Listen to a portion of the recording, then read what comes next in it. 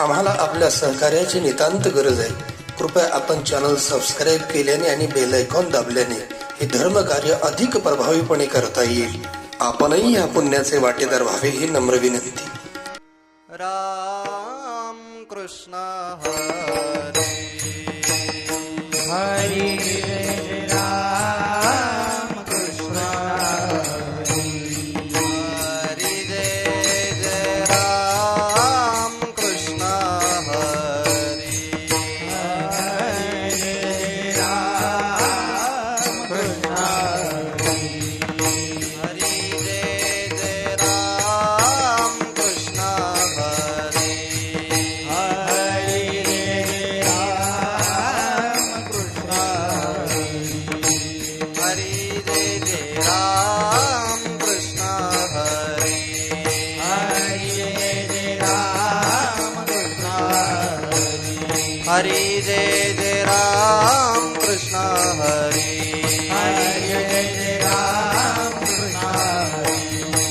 जय जय राम कृष्ण हरि जय जय राम कृष्ण जय जय राम कृष्ण हरि हरि जय जय राम कृष्ण हरि जय राम कृष्ण जय जय राम कृष्ण हरी जय राम कृष्ण जय जय राम कृष्ण हरी जय राम कृष्ण जय जय राम कृष्ण हरी जय राम कृष्ण जय जय राम कृष्ण हरी जय राम जय जय राम जय जय राम कृष्ण हरी जय राम हरि जय जय राम कृष्ण हरी जय राम जय जय राम जय जय राम हरी जय राम हरि जय जय राम कृष्ण जय राम जय जय राम जय जय राम हरी जय राम राम राम जय जय राम हरी जय राम जय जय राम जय जय राम हरी जय राम राम राम जय जय राम कृष्ण हरी जय राम हरि जय जय राम कृष्ण हरि जय राम कृष्ण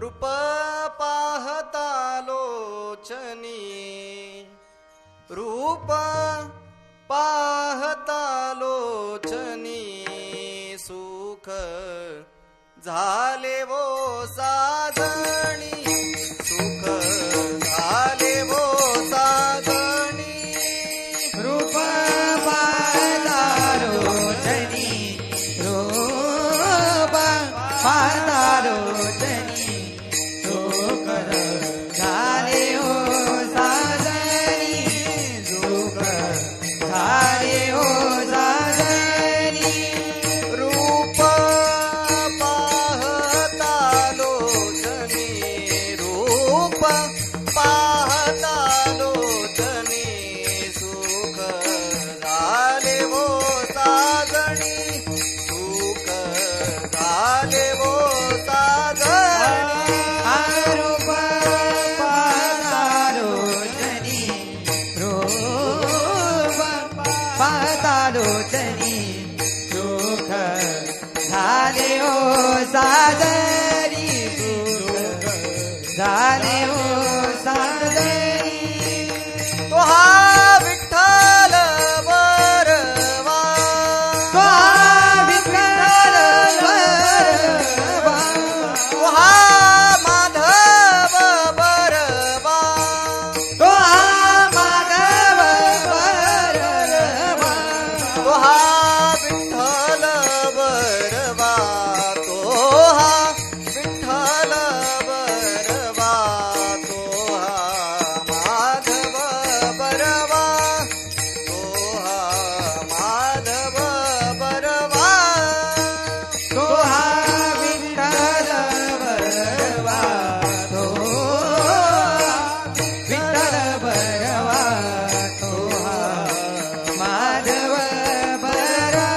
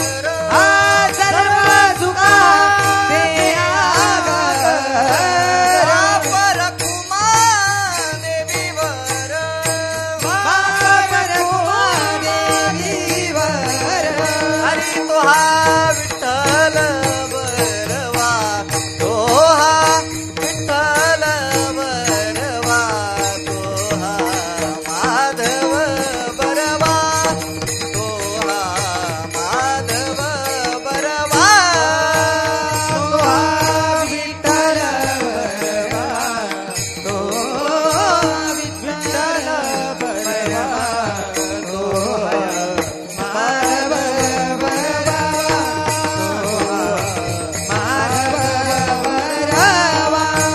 तो हा विठ्ठल बरवा तो विठ्ठल बरवा तो हा माधव बरवा तो माधव बरवा आणि तो हा विठ्ठल बरवा तो हा विठ्ठल बरवा तो हा माधव बरवा तो हा माधव बरवा तो विठ्ठल बरवा तो विठ्ठल बरवा तो हरा माधव बरवा तो माधव बरवा हरी जय जय राम कृष्ण हरी जय राम कृष्ण जय जय राम कृष्ण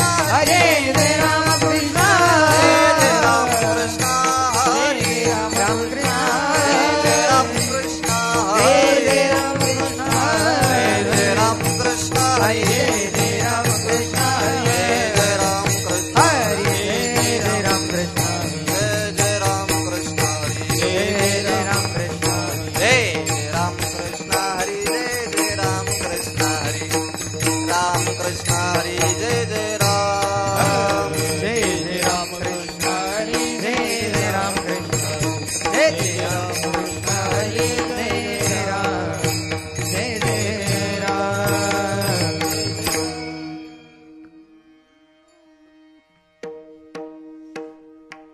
जोडोनिया धन उत्तम व्यवहारी जोडुनिया घन उत्तम व्यवहारी जोडोनिया धन उत्तम व्यवहारी जोडुनिया घन उत्तम व्यवहारी उदास विचारे वेच करी उदास विचारी वेच उदास विचारी वेच उत्तमाची गती तो एक पाविल उत्तमाची गती तो एक पावे उत्तमाची गती तो एक पाविल उत्तमाची गती तो एक पावे उत्तम भोगील जीवकानी उत्तम भोगिल जीवकानी उत्तम भोगिल जीवकानी पर उपकारी नेने पर निंदा पर उपकारी नेने पर निंदा उपकारी नेने पर निंदा पर उपकारी नेने पर निंदा परस्त्रिया सदा बहिनी माया परस्त्रिया सदा बहिणी माया परस्त्रिया सदा बहिणी माया भूत दया गाई पशूंचे पालन भूत दया गाई पशूचे पालन भूत दया गाई पशूंचे पालन भूत दया गाई पशूचे पालन तानेल्या जीवन वना माझी तानिल्या जीवन वना माझी तानिल्या जीवन वना माझी शांती रूपे नव्हे कोणाचा वाईट शांती रूपे नव्हे कोणाचा वाईट शांती रूपे नव्हे कोणाचा वाईट शांती रूपे नव्हे कोणाचा वाईट वाढवी महत्व वडिलांची वाढवी महत्व वडिलांची वाढवी महत्व वडिलांची तुका म्हणे हेची आश्रमाचे फळ कामणेची आश्रमाचे तुका म्हणे हेची आश्रमाचे फळ कामणेची आश्रमाचे फळ परमपद बळ वैराग्याचे परमपद बळ वैराग्याचे परमपद बळ वैराग्याचे उत्तमाची गती तो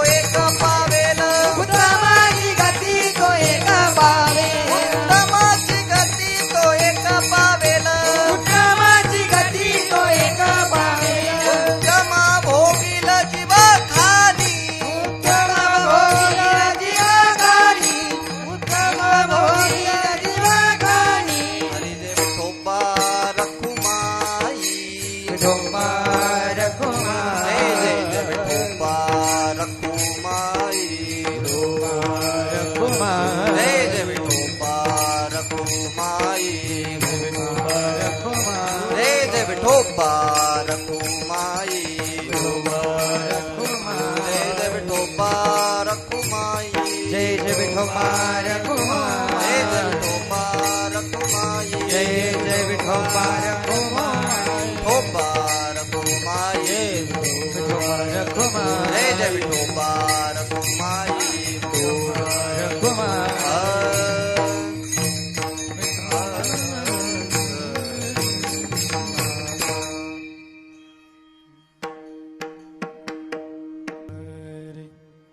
जोडोनी दान उत्तम व्यवहारे जोडोनी दान उत्तम व्यवहारे जोडोनी दान उत्तम व्यवहारे जोडोनी दान उत्तम व्यवहारे जोडोनी दान उत्तम व्यवहारे जोडोनिया दान उत्तम व्यवहारे जोडोनिया दान उत्तम व्यवहारे जोडोनिया दान उत्तम व्यवहारे उत्तम व्यवहारे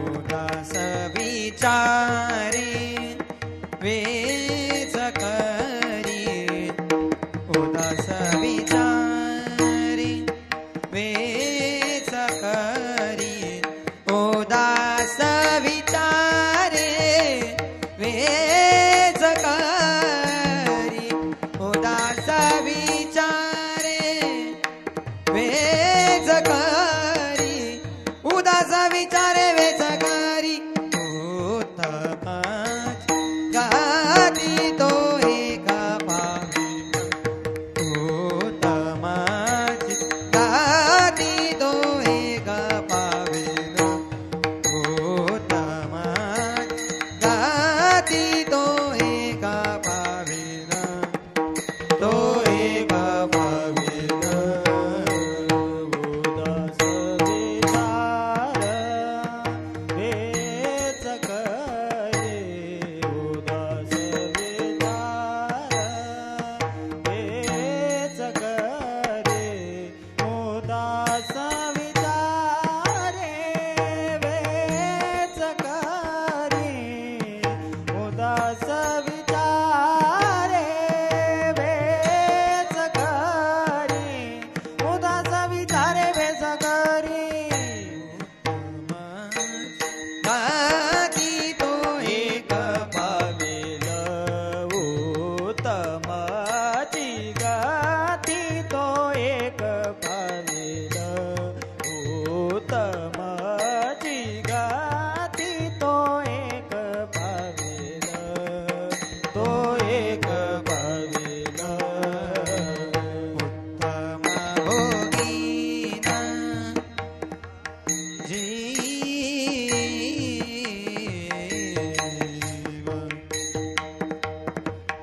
जीवखानी जीवखानी उत्तम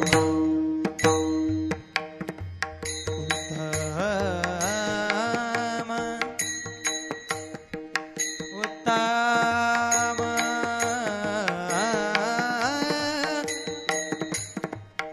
उत्तम भोगीना जीवका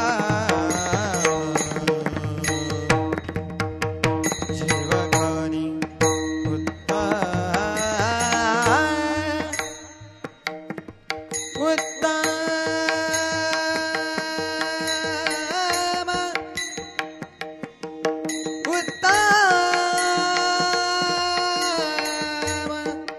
उत्तम भोगिना जीवकानी उत्तम भोगिना उत्तम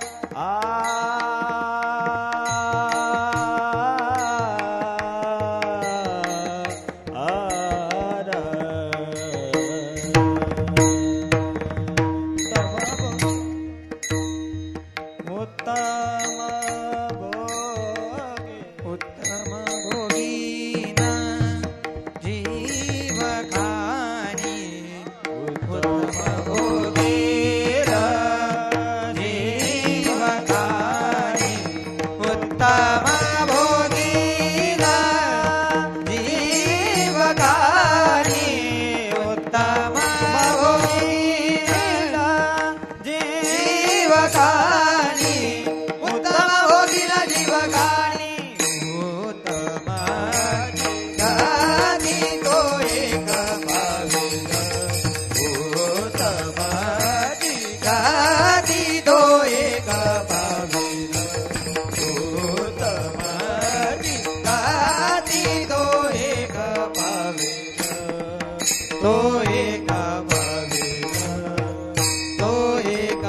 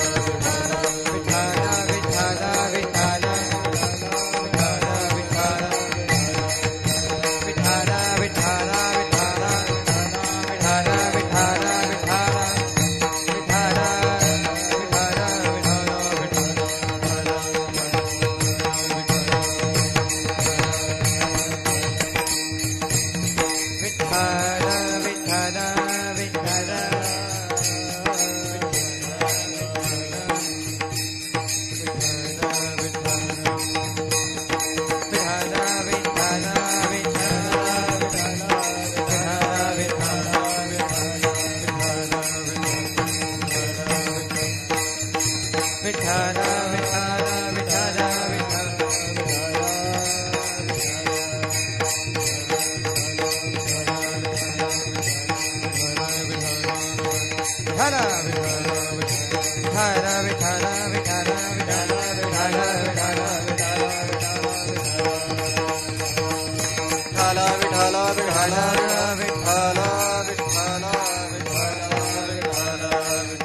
पुंडलिक वरदे आई विठ्ठल श्री ज्ञानदेव पंढरीनाथ भगवान माऊली ज्ञानेश्वर महाराज जगद्गुरु तुकाराम महाराज सद्गुरु गंगागिरीजी महाराज सद्गुरु नारायण गिरीजी महाराज छत्रपती शिवाजी महाराज धर्मवीर संभाजी महाराज भारत माता की जय।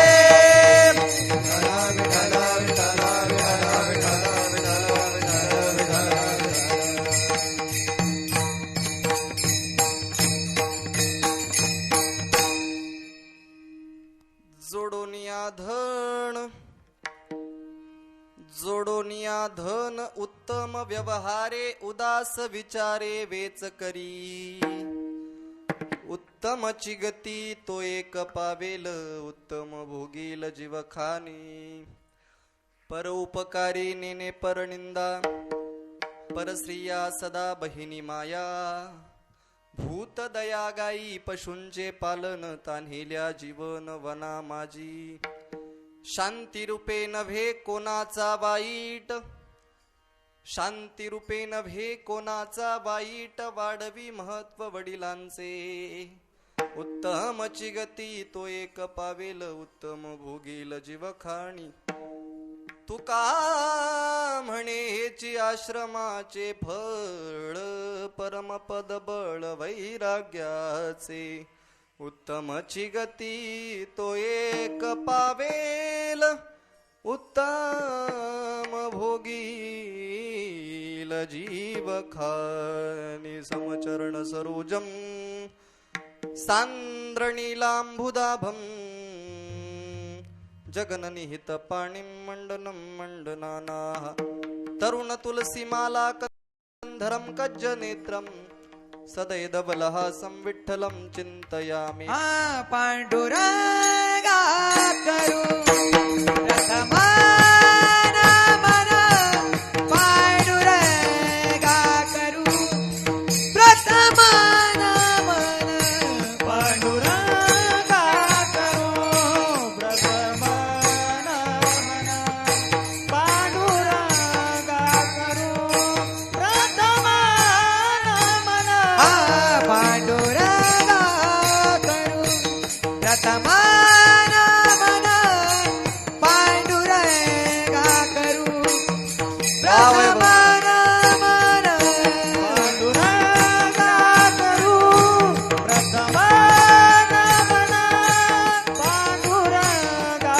करू प्रथमान मन दुसरे चरण सदाचिया दुसरे चरण सदाचिया दुसरे चरण सदाचिया ज्याच्या कृपा जाणे कथेचा विस्तार ज्याच्या कृपा जाणे कथेचा विस्तारू ज्याच्या कृपा जाणे कथेचा विस्तारू ज्याच्या कृपा जाणे कथेचा विस्तारू दुसरे चरण सदाचिया दुसरे चरण सदाचिया दुसरे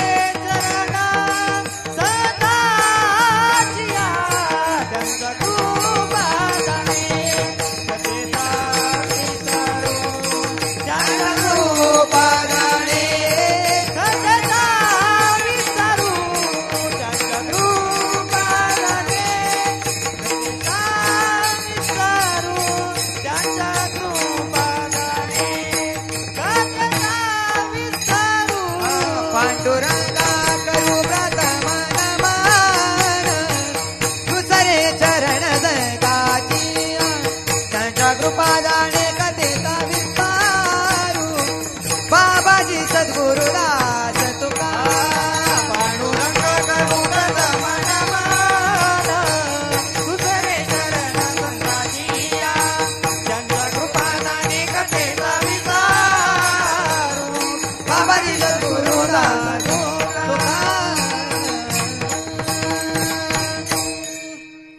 पांडुरंगा करू प्रथम नमन दुसरे चरण संतांचिया त्यांच्या कृपादाने कथेचा विस्तारू बाबाजी सद्गुरु दास तुका कलावज्ञ जीवोद्धरार्थावतारम कलांकांक तेजोदिकामोदि वक्त्रम खलाणीशवादापनोदार्ह दक्षम समाधिस्थ मूर्तिम भजे ज्ञानदेवम नमो ज्ञानेश्वरा नमो ज्ञानेश्वरा नमो ज्ञानेश्वरा नमो ज्ञानेश्वरा नमो ज्ञानेश्वरा नमो ज्ञानेश्वरा नमो ज्ञानेश्वरा नमो ज्ञानेश्वरा नमो ज्ञानेश्वरा नमो ज्ञानेश्वरा नमो ज्ञानेश्वरा नमो ज्ञानेश्वरा निवृत्ती उदारा सोपान देवा निवृत्ती उदारा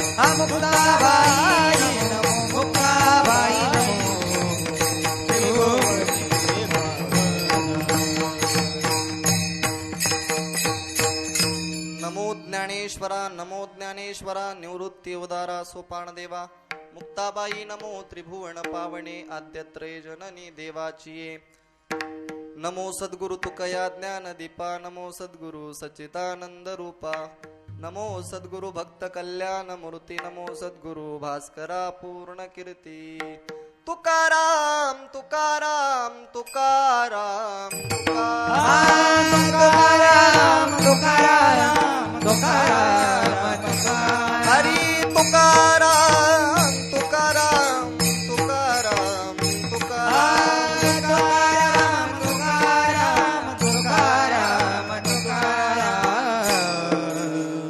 नाम घेता का पियम नाम घेता का पियम नाम घेता का पियम नाम घेता काव्यम नाम घेता काव्यम नाम घेता काव्यम धन्य तुकोबा समर्थ धन्य तुकोबा समर्थ धन्य तुको समर्थ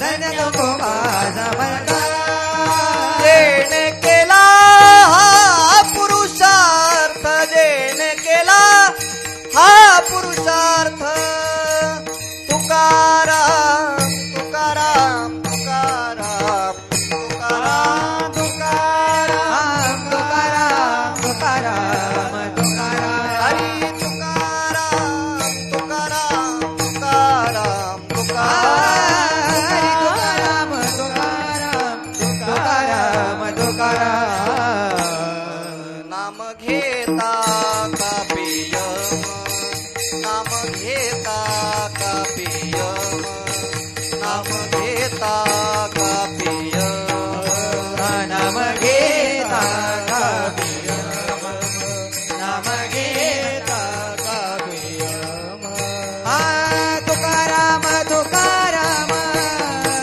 नाम घेता काव्यम धन्य तुकोबा समर्थ जेणे केला पुरुषार्थ तुकाराम तुकाराम तुकाराम नाम घेता काव्यम धन्य तुकोबा समर्थ जेणे केला पुरुषार्थ तुकाराम तुकाराम नाम घेता का पेयम धन्य तुकोबा समर्थ जिने केला हा पुरुषार्थ गंगा विशुद्धम नितपाद स्पर्शम सरोवेष्टितं चुंबितं पुण्यस्थानं सराले स्थितं तं समाधिस्थमूर्तिं नमामि गंगागिरियोगिराजं तपोज्ञान वैराग्य भक्ति स्वरूपम् सदा अलंकृतं साधु संन्यास योगम् मुखे यस्य वेदांत शास्त्रार्थ नितिं नमो नारायण गिरिजी परब्रह्म स्वरूपं गुरुर्ब्रह्मा गुरुर्विष्णु गुरुर्देवो महेश्वरा गुरुः साक्षात् परब्रह्म तस्मै श्री गुरुवे नमः ध्यानमूलं गुरुर्मूर्तिपूजामूलं गुरुर्पदं मंत्रमूलं गुरुर्वाक्यमोक्षमूलं गुरुर्कृपा मस्तकहि पायावती मस्तकहि पायावती मस्तकहि पायावती वार करी संतांचा वार करी संतांचा वार करी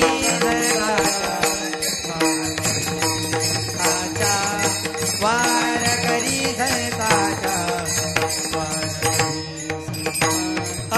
मस्तकाय पायावती या वार करी संतांचा वार करी संतांचा या वार करी संतांचा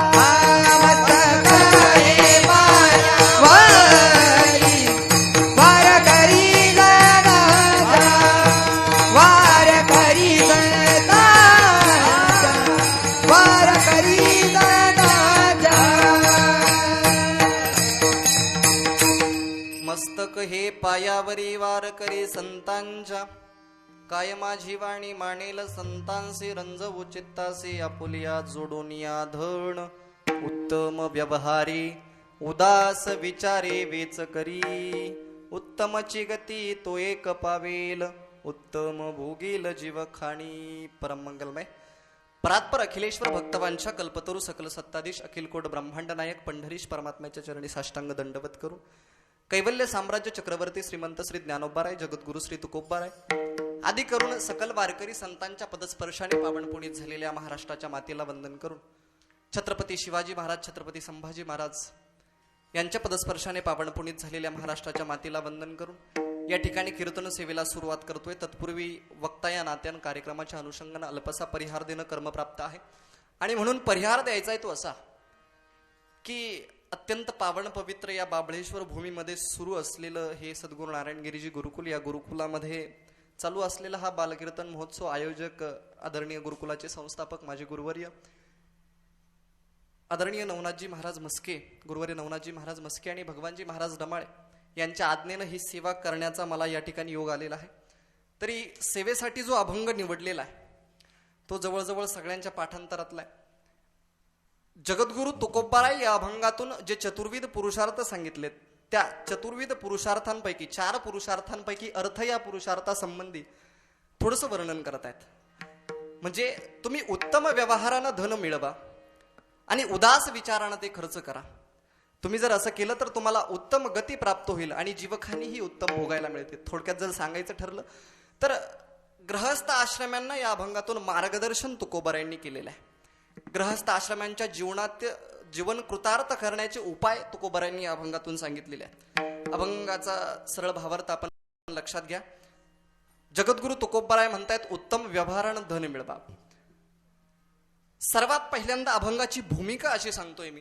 संत महात्म्यांचे जे अभंग आहेत ना ते एकाच प्रकाराला एकाच अधिकाऱ्याला उद्देशून लिहिलेले नाहीत. म्हणून आपण जर कधी कधी संपूर्ण विचारात नाही घेतलं तर अभंगामध्ये विसंगतपणा निर्माण होतो असं वाटतं आपल्याला. म्हणजे बघा तुकोबाराय एका अभंगात म्हणले, तव तू आपले स्वहित पाहे तीर्थयात्रा जाय चुकू नको. परंतु तेच तुकोबाराय म्हणजे या अभंगात तुकोबाराय काय म्हटले, तव तू आपले स्वहित पाहे तीर्थयात्रा जाय चुकू नको. जोपर्यंत तुझ्या शरीरामध्ये त्राण आहे, शक्ती आहे, तोपर्यंत तू तुझ्या स्वहिताकरता जरूर तीर्थयात्रा कर, अजिबात आळस करू नको.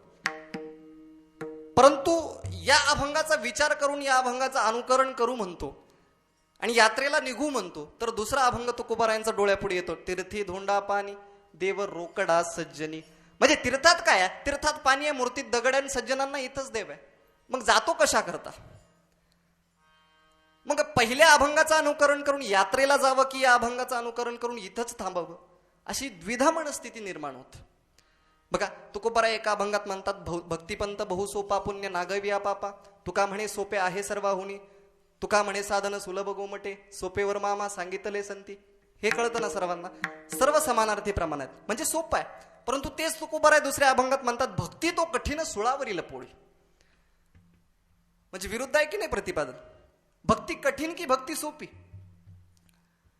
भक्ती कठीण की भक्ती सोपी, विरुद्ध आहे की नाही प्रतिपादन? आता बघा तेच तुकोबाराय एका अभंगात म्हणतात, लेकुराचे हित जाणे माऊलीचे चित्त. तुकोबाराय काय म्हटले, माऊलीचं चित्त लेकराचं हित जाणतं. Mother's mind knows the welfare of the child. माऊलीचं चित्त लेकराचं हित जाणतं असं तुकोबाराय एके ठिकाणी म्हणतात. आणि तेच तुकोबाराय दुसऱ्या अभंगामध्ये असं म्हणतात, हित नाही ठावे जननी जनका दावीला लौकिकाच्या रातीही. म्हणजे तुकोबाराय काय म्हटले, लेकराच्या मात्या पित्यांना त्याचं हित कळत नाही. पहिल्या अभंगात म्हटले लेकराची माऊली त्याचं हित जाणते, दुसऱ्या अभंगात म्हणतात लेकराच्या मात्या पित्यांना त्याचं हित कळत नाही. हे कसं शक्य आहे? आपण कोणतं ग्रहित धरायचं? आणि ही प्रमाण सुशिक्षित नास्तिकांच्या ताब्यात सापडली पाहिजे. कृष्ण महाराज ते म्हणजे महाभयानक असतं. एक वेळेस नास्तिक परवडले पण सुशिक्षित नास्तिक महाभयानक. ते लगेच म्हणणार, हे हो तुमचे तुकाराम महाराज. आणि असले या लोकांचे लबाड धंदे, लोकांना फसवणे. एकीकडे हे असे आणि एकीकडे ते तसे, हे हो कसे. म्हणजे त्यांची बोलण्याची पद्धत सांगतोय मी तुम्हाला. याला म्हणावं सुशिक्षित नास्तिक. पण तुम्हाला सांगतो, संत आणि संत साहित्य कळावं असं जर वाटत असेल ना तर विद्वत्तेच्या जोरावर अजिबात कळत नाही. सर्टिफिकेटचा आणि आकलीचा काही मात्र संबंध नाही. हे माझं वाक्य नाही आहे. डॉक्टर बाबासाहेब आंबेडकर मराठवाडा विद्यापीठाचे माजी विद्यार्थीप्रिय कुलगुरू प्राध्यापक शिवाजीराव भोसलेंचं हे वाक्य आहे की सर्टिफिकेट आलं म्हणजे माणसाला अक्कल येतं, असं अजिबात नाही. सर्टिफिकेटचा आणि आकलीचा अजिबात संबंध नाही. म्हणून एखादा साहित्यिक जर पीएचडी करता डिग्री करता जर संत साहित्याचा अभ्यास करत असेल तर त्याचा उद्देश वेगळा आहे, आणि आमचा एखादा वारकरी जर संत साहित्याचा अभ्यास करत असेल तर त्याचा उद्देश वेगळा आहे. कसं ते सांगतो बघा. एका दृष्टांत सांगतो, दृष्टांतातून तुम्हाला लगेच कळेल. काय वैदू लोक असतात ग्रामीण भागामध्ये, अजून ती पद्धत चालू आहे. वैदू लोक असतात आणि त्यांनी कुत्रे पाळलेले असतात बरं का. कुत्रे पाळलेले असतात आणि ते कुत्रे ते मांजरं धरण्याकरता उपयोगात आणतात. लक्षात घ्या, ते कुत्रे त्यांनी ट्रेन केलेले असतात, त्यांच्या गळ्यामध्ये पट्टा असतो. मांजरं धरण्याकरता ते उपयोगात आणतात. पण नाहीच मांजरं मिळाले तर ते रानामध्ये ससे धरण्याकरता जातात, रानससे. आणि रानामध्ये ससे धरण्याकरता गेल्यानंतर संकेत महाराज काय होतं, ते ससे जेव्हा दिसतात त्यावेळेला ते कुत्र्याला सांगतात उफ उफ. तुम्ही हसले, पण ऊ म्हणजे पळपळ. आता तुम्ही म्हणाल ऊ म्हणजे पळपळ कसं काय? बघा, काही काही भाषा आहेत अशा, म्हणजे तुम्हाला जर सांगायचं झालं तर नादिल्लेम नाची नाडा नान्ना म्हणजे काय चाललं अण्णा, असं. अण्णा रोटेल टिंटान म्हणजे अण्णा तुम्ही जेवले का, अशा प्रकारे. म्हणजे काही काही भाषा आहेत अशा. आणि संकेत महाराज पोटापुरतं मी सगळं करून ठेवलेलं आहे. म्हणजे नाहीच कीर्तन मिळाले, कोरोना जर जास्तच वाढला तर कुठंतरी कला दाखवायला. बघा, ज्या वेळेला ते सस सुटतं ना, मायबाप कुत्र सुटतं ना, ते सस पाहतं. ससपुड कुत्र माग, ससपुड कुत्र माग, ससपुड कुत्र माग, ससपुड कुत्र माग. पण ससा असं चिंग चिंग चिंग चिंग चिंग चिंग चिंगाट चिंग चिंग चिंग चिंग चिंग चिंग चिंगाट. तुम्ही हसले, मी ओळखलं, पण मी चिंगाट म्हणलं बरं का, झिंगाट नाही म्हणलं. काय बरं का, या चित्रपटांचा आणि गाण्यांचा परिणाम उन्हाळ पोरांवर होईल यात नवल नाही महाराज. 4 वर्षापूर्वी जेवढ्या दिंड्या करमाळ्या मार्गी गेल्या त्यातल्या 80% हौशे गौशे नवशे, जे म्हणजे दिंडीत जाणारे सगळेच वारकरी नसतात. 80% जे हौशे गौशे नवशे होते ती विहीर पाहायला गेले होते. लक्षात घ्या, ती विहीर पाहायला गेले होते जिथं अर्जुना आणि परशना आंघोळ केली. वारकरी, विनोद नाही महाराज. आणि चाली सुद्धा आल्या गवळणीच्या त्याच्यावर. आपले वैभव महाराज थोडेच सगळे जी परंपरेला धरून चालतील, ज्या वारकरी चाली म्हणतील नाही ना. गवळणीच्या चाली सुद्धा आल्या त्या गाण्यांवर. जाऊ द्या, तो आपला विषय नाही. ज्या वेळेला ते कुत्र सुटतं ना मायबाप, ते सस पाहतं. आता सशाचे पाय किती आहे? 30 आहे. आपली ग्रामीण भाषा वापरू आपण. सशाचे पाय 30, कुत्र्याचे पाय हातभर. तरी पळायला लागल्यानंतर 30 पायाचा ससा हातभर पायाच्या कुत्र्याला पळायला ऐकत नाही. त्याचं कारण दोघांच्या पळण्याचा उद्देश भिन्न आहे. कसं? सस पळतं जीवा करता आणि कुत्र पळतं पोटा करता. सशाला माहिती आहे, कुत्र्यानं जर आपल्याला धरलं तर राम बोलो भाई मुक्काम पोस्ट मसन काही तिथून परत वापस येणे नाही. आणि कुत्र्याला माहिती आहे सस धरलं काय नाही धरलं काय, 1.5 भाकर आपली संध्याकाळची पक्की आहे. म्हणून सस पळतं जीवा करता आणि कुत्र पळतं पोटा करता. तसंच आमचा जो साहित्यिक आहे, साहित्यिक जो आहे तो अभ्यास करतो डिग्री करता पोटा करता, आणि आमचा वारकरी अभ्यास करतो उद्धारा करता. विठाला विठाला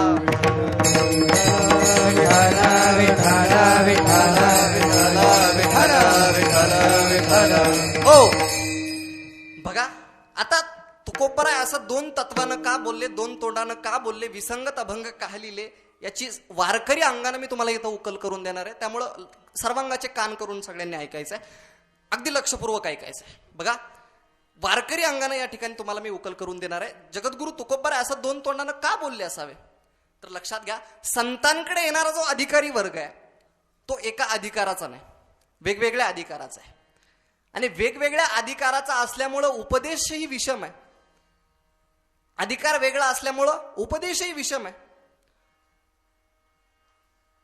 अधिकाऱ्यावर विषय अवलंबून असतो.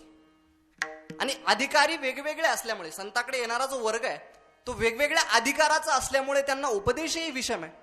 जर तुम्हाला व्यावहारिक भाषेत सांगायचं जर झालं तर रेडीमेड कापडाच्या दुकानामध्ये एकाच मापाची कापडं असतात का? नाही. एक जण दुकानामध्ये गेला आणि तो दुकानदाराला डोकं लावायला लागला की तुम्ही तुमच्या दुकानामध्ये अशी वेगवेगळ्या मापाची कापडं का ठेवली, एकाच मापाचे का नाही ठेवले? दुकानदार म्हणला, माझ्या दुकानामध्ये येणारं गिराईक काय एका मापाचं असणार आहे का? म्हणजे एखाद्याची छाती जर 33 बाकीच्यांची 33च का? नाही. तुम्हाला माहिती आहे, एखाद्याची छाती जर आपण शर्ट शिवण्याच्या वेळेस शिंप्याकडे मोजायला लागली तर त्या बिचाऱ्याचा टेप सुद्धा अपूर्ण पडतो. म्हणजे जिथपर्यंत मोजले तो पेन्सिलने निशाणी करतो आणि राहिलेली जागा पुन्हा मोजतो. कदाचित अतिशोक्ती अलंकार आला असेल, पण शास्त्र सांगतं सजातीय भेद सांगताना असंच आहे. मी बोलते याच्या मागं शास्त्रीय कारण आहेत. सजातीय भेद सांगताना असंच आहे. म्हणजे तुम्ही आम्ही मनुष्य आहे, मनुष्य म्हटल्यानंतर जात एक आहे, बरोबर? मनुष्य म्हटल्यानंतर जात एक आहे, परंतु त्याच्यातही प्रकार आहेत, पोट प्रकार आहेत. एकासारखा एक नाही, अनेकासारखा एक नाही, अनेकासारखा एक नाही, एकासारखा एक नाही, एकासारखा अनेक नाही, अनेकासारखा एक नाही. याला सजातीय भेद म्हणतात शास्त्रीय दृष्ट्या. मग त्या दुकानामध्ये एकाच मापाची गिराईकं न येणारी असल्यामुळं वेगवेगळ्या मापाची कपडे शिवणं जसं योग्य आहे, तसं संतांकडे येणारा अधिकारी वर्ग एका अधिकाराचा नाही, एका अधिकाराचा नसल्यामुळं त्यांना उपदेश विषम आहे. आणि शास्त्रातला मुद्दा असा आहे, अधिकाऱ्यावर विषय अवलंबून असतो. अधिकारी बदलला की विषय बदलावा लागतो. मग तुम्ही कशाचे अधिकारी? कर्माचे अधिकारी असाल तर उपदेश वेगळा आहे, ज्ञानाचे अधिकारी असाल तर उपदेश वेगळा आहे, उपासनेचे अधिकारी असाल तर उपदेश वेगळा आहे. तुम्ही कशाचे अधिकारी त्यावर तुम्हाला उपदेश अवलंबून आहे. बघा, उदाहरणार्थ अमृतानुभवामध्ये या. अमृतानुभवाचा अधिकारी कोण आहे?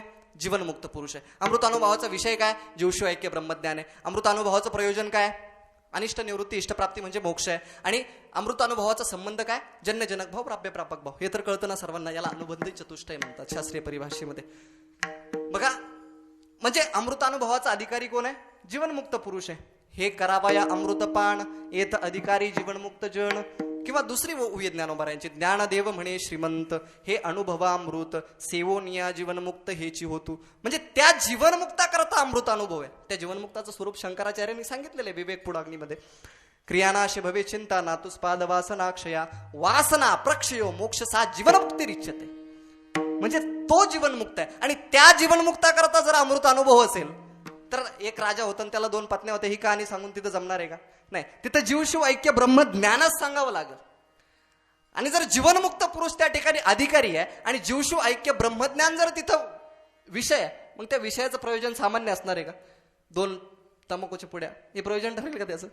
नाही. एक छटाक चिवडा, हे प्रयोजन ठरेल का त्याचं? नाही. त्याचं प्रयोजनही तसंच आहे. अनिष्ट निवृत्ती म्हणजे आत्यंतिक दुःखाची निवृत्ती आणि परमानंदाची प्राप्ती, हे त्यामध्ये प्रयोजन आहे. मग विषय असा आहे की अधिकारी बदलला की विषय बदलावा लागतो. अधिकाऱ्यावर विषय अवलंबून आहे. अधिकारी बदलला की विषय बदलावा लागतो. सोप्या भाषेत सांगायचं झालं तर गाव बदलला की रस्ता बदलतो, व्यक्ती बदलली की स्वभाव बदलतो. आणि आधुनिक भाषेत सांगायचं झालं तर गेअर बदलला की स्वर बदलतो. तू म्हणाल कसं काय? कोणत्याही गाडीचा गेअर चेंज केल्यानंतर आवाज चेंज होतो की नाही गुरुजी? आवाज चेंज होतो. म्हणजे गेअर चेंज केला की आवाज चेंज होतो. तसं अधिकाऱ्यावर विषय अवलंबून आहे. हो, अधिकाऱ्यावर विषय अवलंबून आहे. अधिकाऱ्यावर विषय अवलंबून आहे. बघा, ज्ञानोबारायांनी बरीचशी उदाहरणं दिलेली आहेत. गीतेमध्ये सुद्धा भगवान परमात्म्यानं 3 कांड निर्माण केली: कर्मकांड, उपासनाकांड आणि ज्ञानकांड. मग ज्ञानोबाराय म्हणतायत त्रयकांड निरूपिणी गीता आहे. भगवान परमात्म्याला 3 कांड निर्माण करण्याची गरज काय होती? एकच कांड निर्माण केलं असतं तर काही बिघडलं असतं का? पण भगवान परमात्म्याला माहित होतं की गीता ही अर्जुनाच्या निमित्ताने जरी असली तर ती जगाला सांगायची आहे. आणि जगामध्ये एका अधिकाराचे लोक नाहीत. भरपूर उदाहरण आहे. जैसे अर्जुनाचे निव्याजे गीता प्रकाशली श्रीराजे संसारा एवढे थोर ओजे फिडिले जगाचे अर्जुनाचे. म्हणजे गीता अर्जुनाच्या निमित्तानं आहे, पण ती कोणा करत आहे? जगा करत आहे. म्हणजे अर्जुना पुरती नाही. अर्जुना करता सांगितली पण अर्जुना पुरती नाही, ती जगाला सांगितलेली आहे. बरेचसे उदाहरण आहेत. चातकाची निकनवे मेघ पाणी असी घावे ते तर चराचर आघवे निमाले जेने. म्हणजे चातकाच्या अनन्य करता मेघ पाऊस पाडतात, पण त्यात त्रैलोक्याची मजा होते. वासरा करता काय दूध देते, पण त्याच्यात घराचंही भागतं, वासराचंही भागतं आणि डेअरीचंही भागतं. हे लवकर कळेल आपल्याला. अनुभवजन्य आहे आपलं. म्हणून बघा, चातकाची निकनवे मेघ पाणी असी धावे ते तर चराचर आघवे निमाले जेने. चातकाच्या अनन्य करता मेघ पाऊस पडतात, त्याच्यात त्रैलोक्याची मजा होते. गाय वासरा करता दूध देते, त्याच्यात घराचंही भागतं. आणि चातकाच्या अनन्य करता मेघ पाऊस पडतात, त्याच्यात त्रैलोक्याची मजा होते. अनन्य असणाऱ्या कमळा करता सूर्य उदय होतो, पण त्याच्यात सर्व त्रैलोक्य दैदिप्यमान होत. म्हणून भगवान परमात्म्याने असं सांगितलं, गौतमा ऋषी करता ब्रह्मगिरी पर्वतावर प्राप्त झालेली गंगा गौतमा करता आली, पण गौतमा पुरती राहिली का? नाही. पै समजता ही ओघा हे वर्णन आहे. पै समजता ही ओगा बहुत काय बोलो पैगा, एका गौतमाशी गंगा एरा समजता काय जगा ओहळ झाली. म्हणजे गौतमा करता आली पण गौतमा पुरती राहिली का? नाही. गौतमा करता आली पण गौतमा पुरती राहिली का? नाही. फिडीत पापताप रोखीत गिरीचे पादप, समुद्रा जाय आप गंगेची जैसे. म्हणजे हा जसा नियम आहे, गौतमा करता आली पण गौतमा पुरती राहिली नाही, हा जसा नियम आहे तसं गीतेमध्ये तिन्ही प्रकारचा विचार सांगितलेला आहे. तुम्ही जर कर्माचे अधिकारी असाल तर तुमच्याकरता वेगळा उपदेश आहे. स्वे स्वे कर्मण्ये भिरत संसिद्धी लभते नराहा. तुम्ही जर कर्माचे अधिकारी असाल तर तुमच्याकरता भगवान परमात्म्याने सांगितलेलं आहे. काय सांगितलेलं आहे?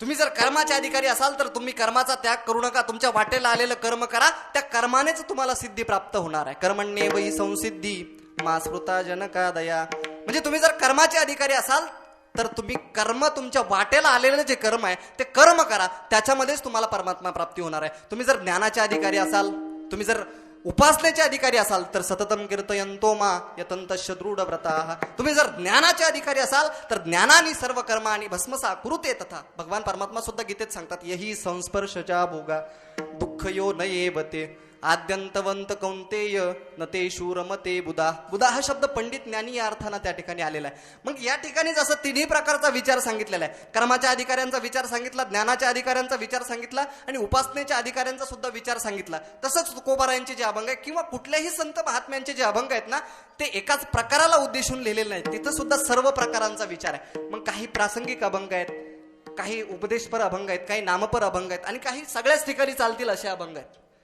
त्यापैकी आजचा जो अभंग आहे तो निव्वळ ग्रहस्थ आश्रम्यांना उपदेश करून त्यांचं जीवन कृतार्थ करण्याचा उपाय सांगणारा अभंग आहे. विठ्ठल विठ्ठल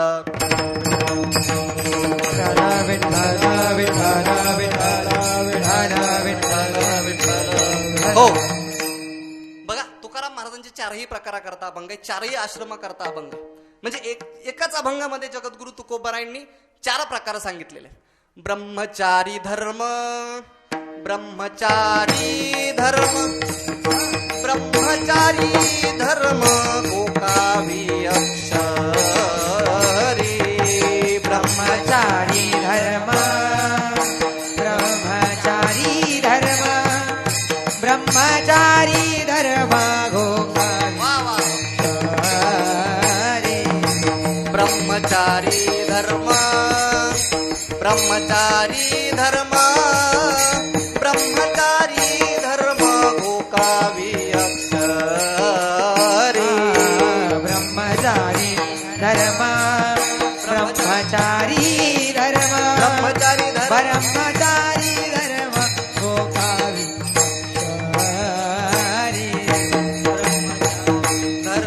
ब्रह्मचारी धर्म, ब्रह्मचारी धर्म, ब्रह्मचारी धर्म गोकावी अक्षरी. आश्रमी विचार षडकर्मी, आश्रमी विचार षडकर्मी. ओ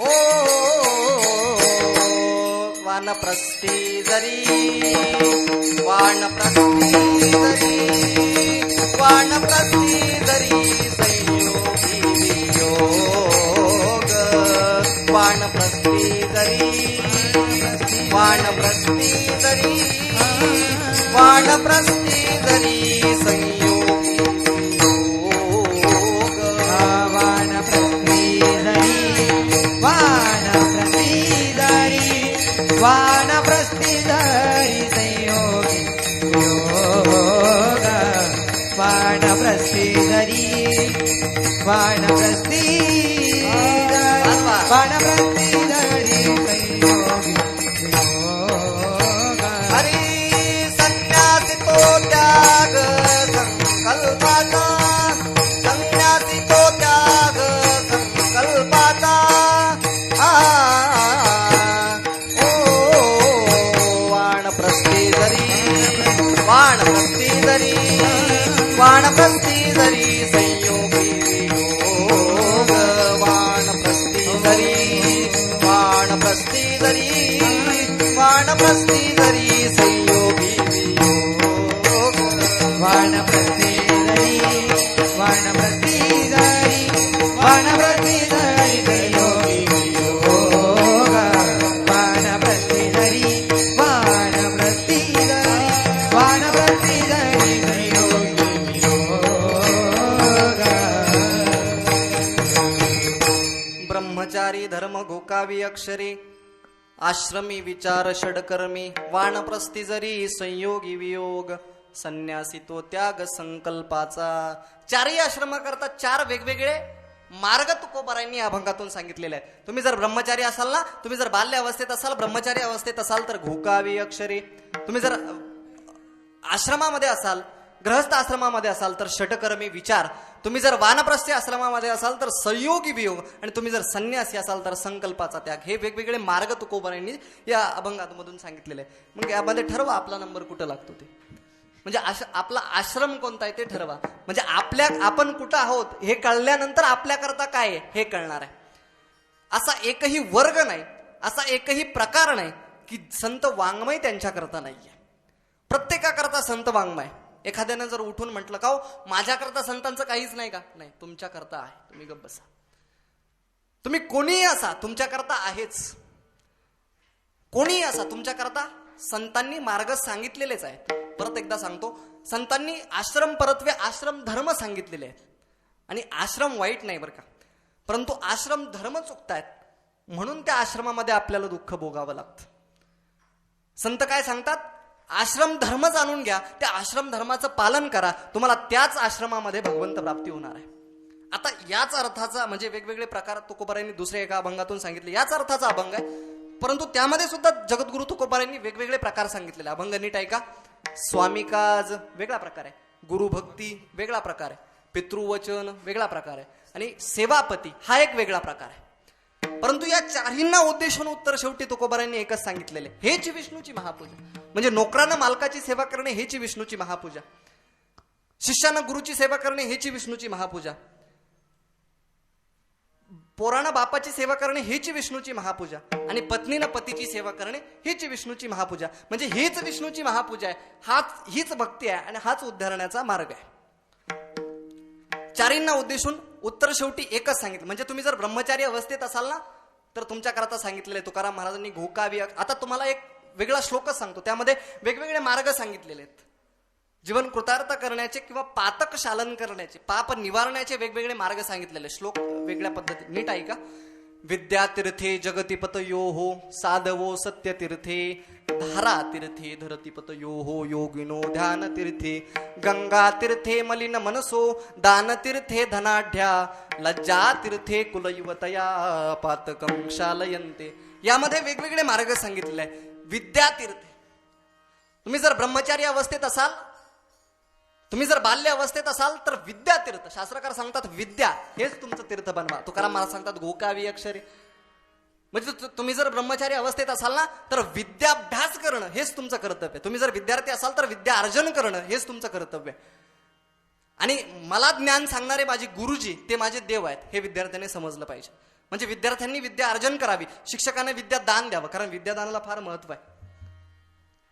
विद्यादान सर्वात श्रेष्ठ दान मानलेले. चंद्रकांत नावाच्या ग्रंथामध्ये श्लोक आलेत बघा. अन्नदानात परम नास्ती विद्यादान ततोधिकम अन्नेन क्षणिका तृप्तिर्यावज्जीवन्तु विद्यया.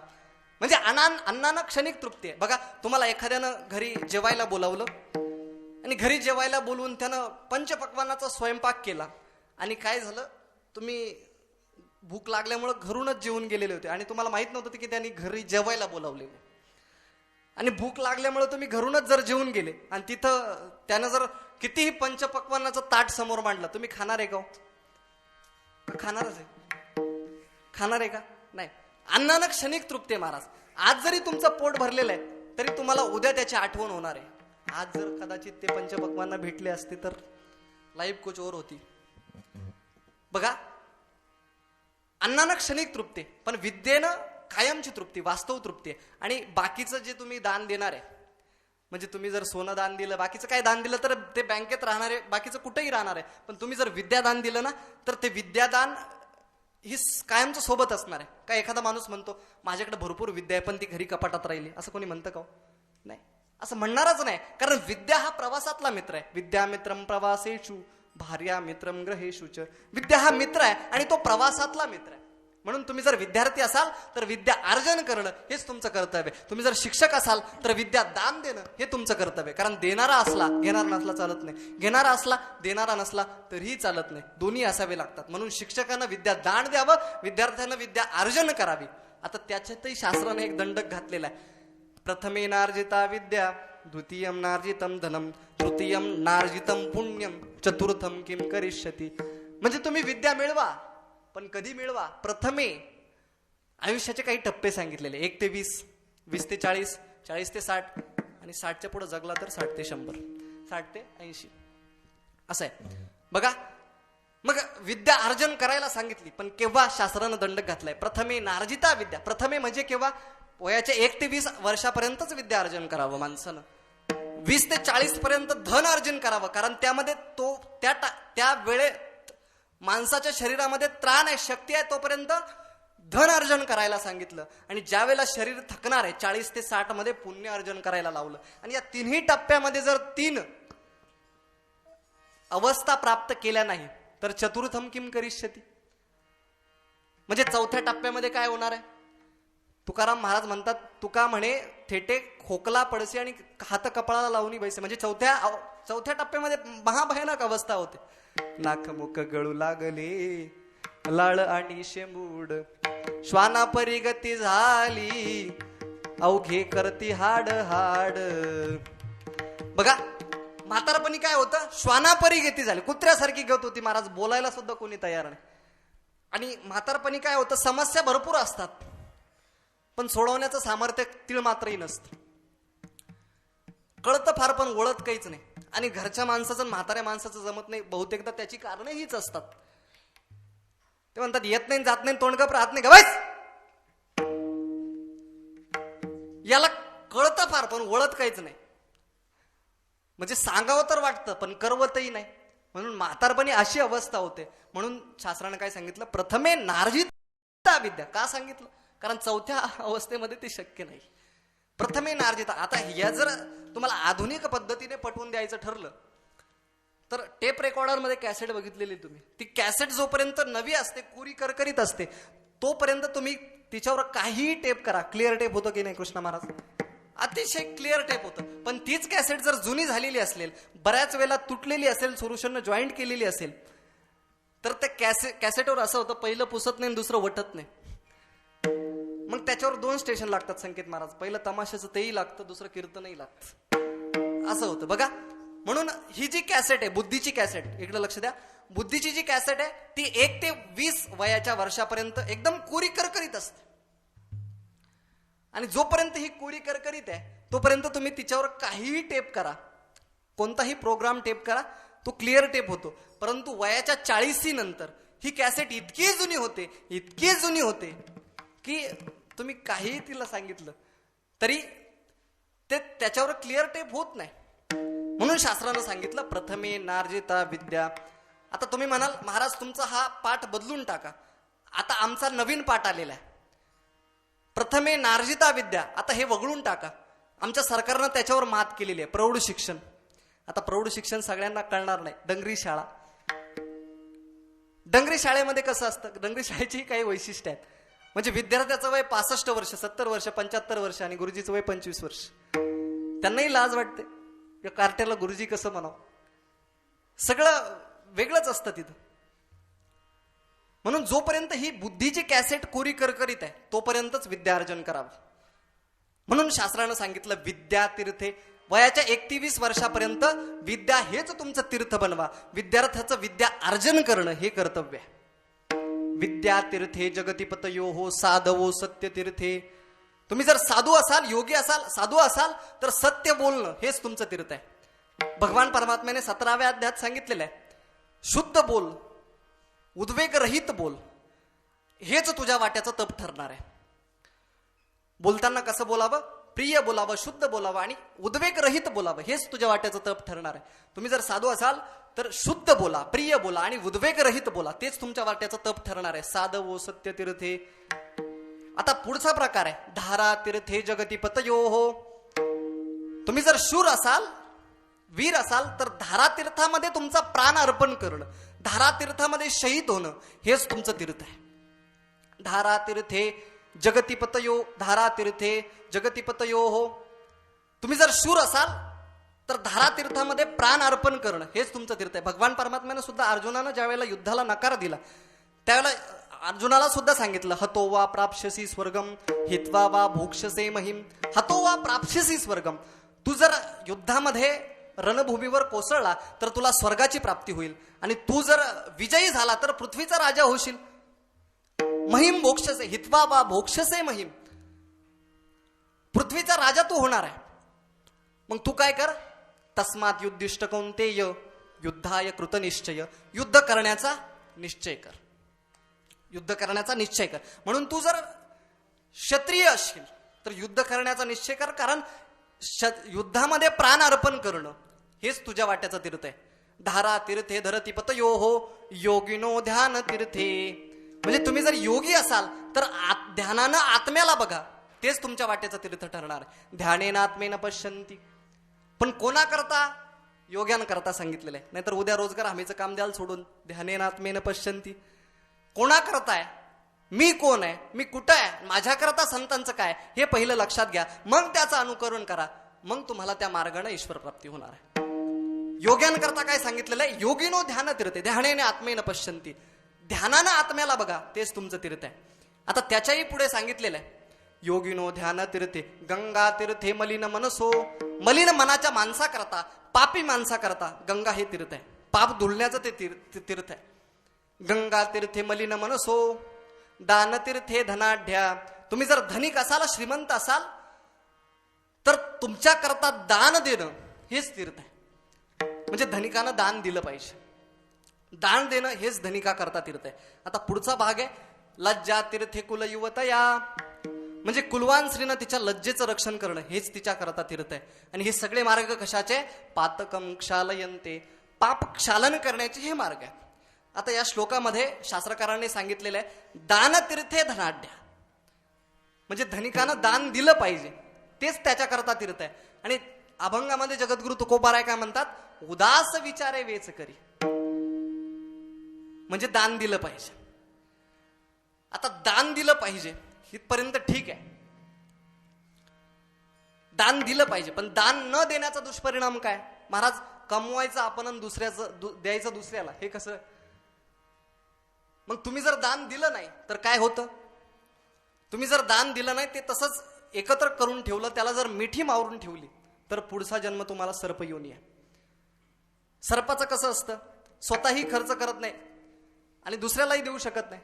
म्हणजे दुसऱ्याला तर देतच नाही, पण स्वतः त्याचा 2 रुपयाचा चहा सुद्धा पिऊन येऊ शकत नाही. सर्प योनीचा तुम्हाला जन्म आहे. आणि शास्त्रामध्ये अजून एक सांगितलेलं आहे की तुम्ही जर धन साचून साचून ठेवलं तर 10 वर्षांनी ते तिष्ठत. म्हणजे 10 वर्षांना त्याचा नाश होतो. 11 वर्ष जेव्हा लागतं तेव्हा त्याचा नाश होतो. म्हणून तुम्ही दान दिलं पाहिजे असा दंडक घातलेला आहे. पण ते आता गीतेमध्ये सुद्धा सांगितले, दातव्ये द्वितीय दानम दीयते नुपकारिणी. म्हणजे दान दिलं पाहिजे. आता आपल्याला कळलं दान दिलं पाहिजे, पण दान कुठं द्यावं, कसं द्यावं, कुणाला द्यावं यालाही काहीतरी सांगितलेलं आहे. मग दान कसं द्यावं, या कुणाला द्यावं, कुठं द्यावं याच्याकरता गीतेमध्ये दंडक घातलेला आहे. देशे कालेच पात्रेच. म्हणजे देश पाहून दान द्यावं, काल पाहून दान द्यावं आणि पात्र पाहून दान द्यावं. आता तुम्ही म्हणाल दान द्यायचंच, मग कुठंही दिलं तर काय फरक पडणार आहे? नाही. त्याच्याकरता देशाचं, कुदेशामध्ये दान दिलं तर ते फलदायी ठरणार नाही. त्याच्याकरता येथे एक शीत दिधल्या अन्न, कोटी कुळाचे होय उद्धरण, कोटी कुळाचे होय उद्धरण, कोटी याग केले पूर्ण, कोटी याग केले पूर्ण. ऐसे महिमान तीर्थाचे, ऐसे महिमान या तीर्थाचे, ऐसे महिमान तीर्थाचे, ऐसे महिमान तीर्थाचे.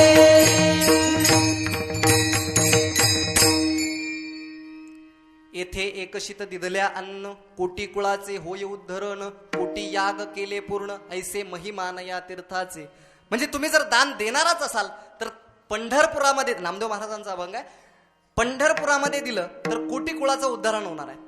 त्या विरुद्ध तुम्ही जर कुदेशामध्ये दान दिलं, वाईट देशामध्ये दान दिलं तर ते तुम्हाला फलदायी ठरणार नाही. रामायणातला प्रसंग आहे बघा, ज्यावेळेला श्रीराम प्रभू आणि सीतामाई आणि लक्ष्मण वनवासा करता गेले, त्यावेळेला प्रवासामध्ये असं त्यांना एक वन लागलं आणि ते वन लागताच त्यांच्या मनामध्ये विपरीत भावना निर्माण झाल्या.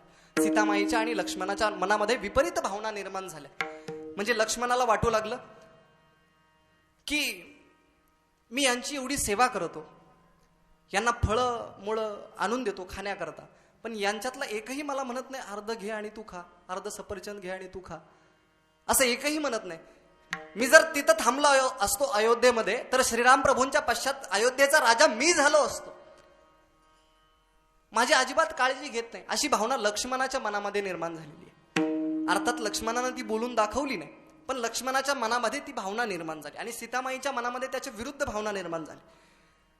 लग्नानंतर वाटलं होतं की श्रीराम प्रभूचे अयोध्येमध्ये सेवा करण्याकरता हजारो सेवक होते, परंतु श्रीराम प्रभूची मला एकटीला सेवा मिळावी या उद्देशानं मी वनामध्ये आले, परंतु आमच्या दोघांमध्ये हा तिसरा.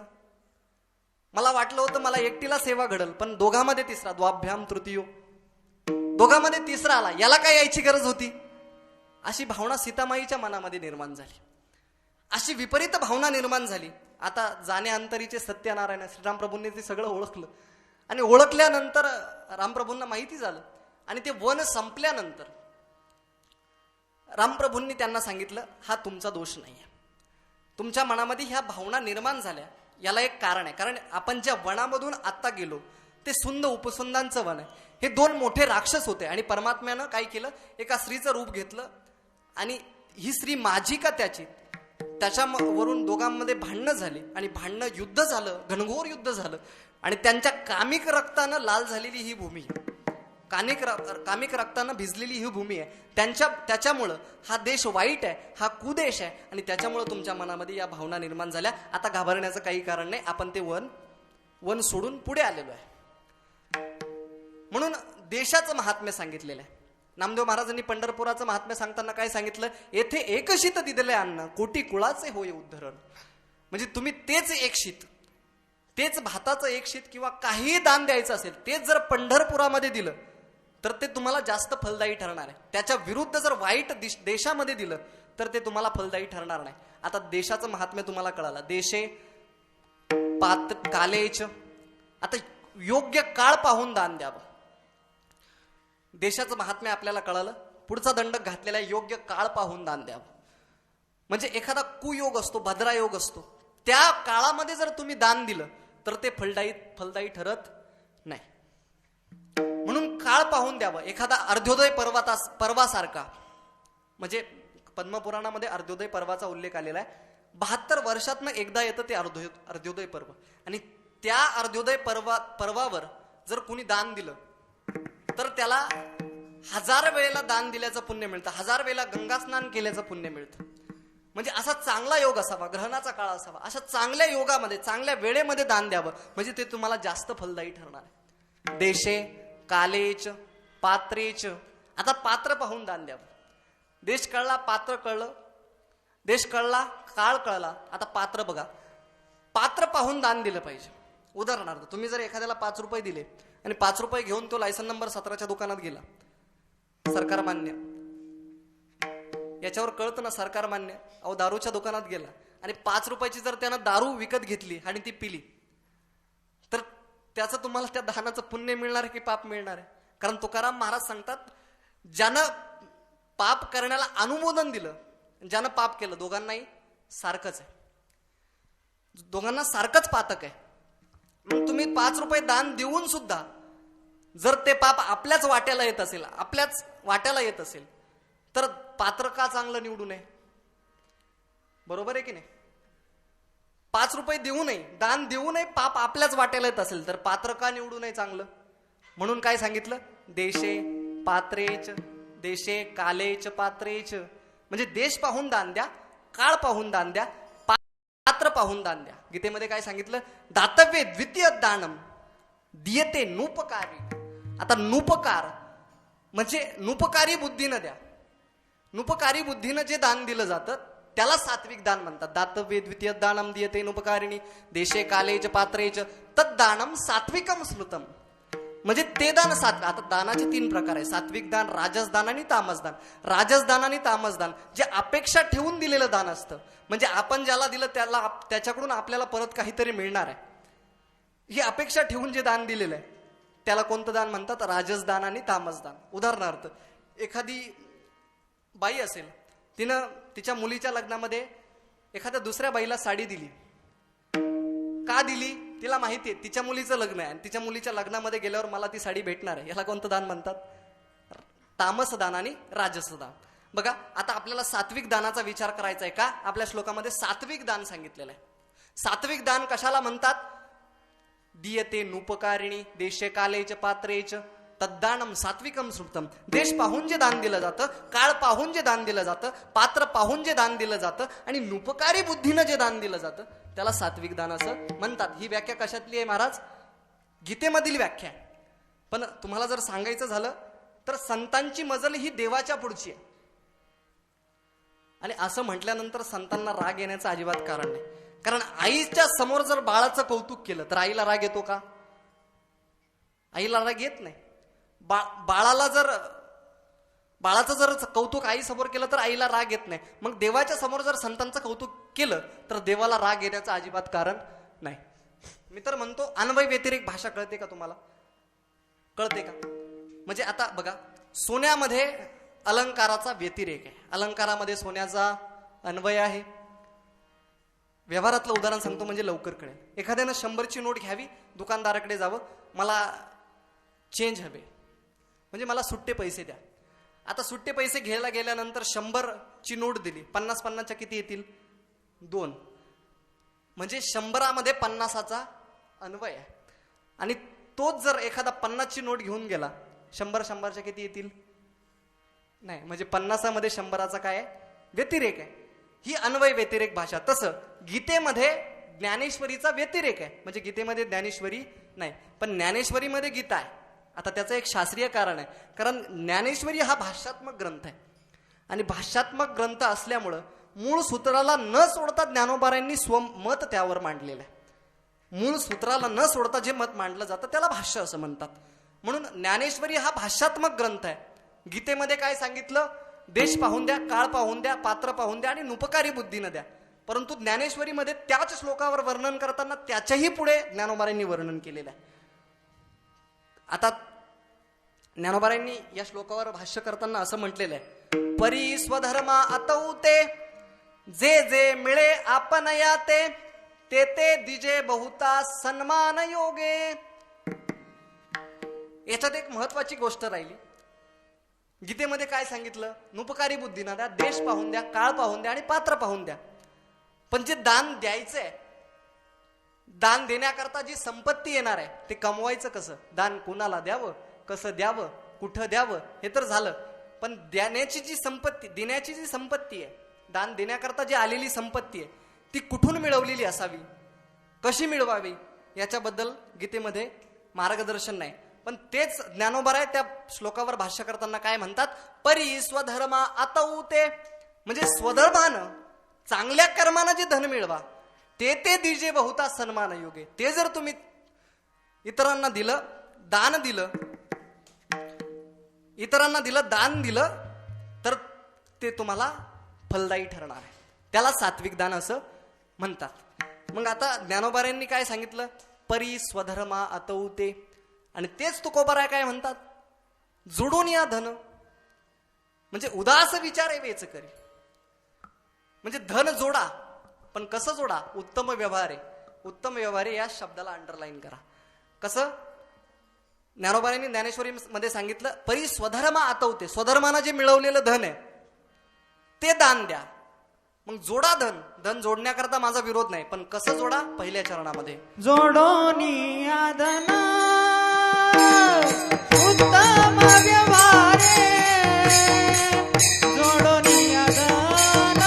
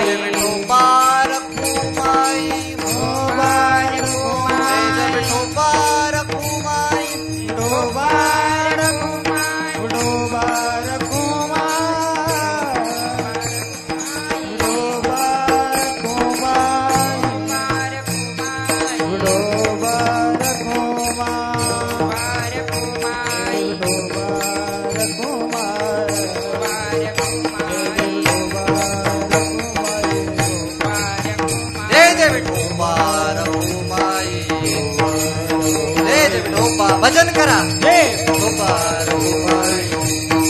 जय जय विठोबा रघुबाई.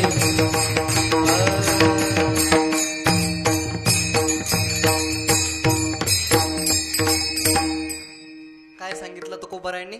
जोडून या धन.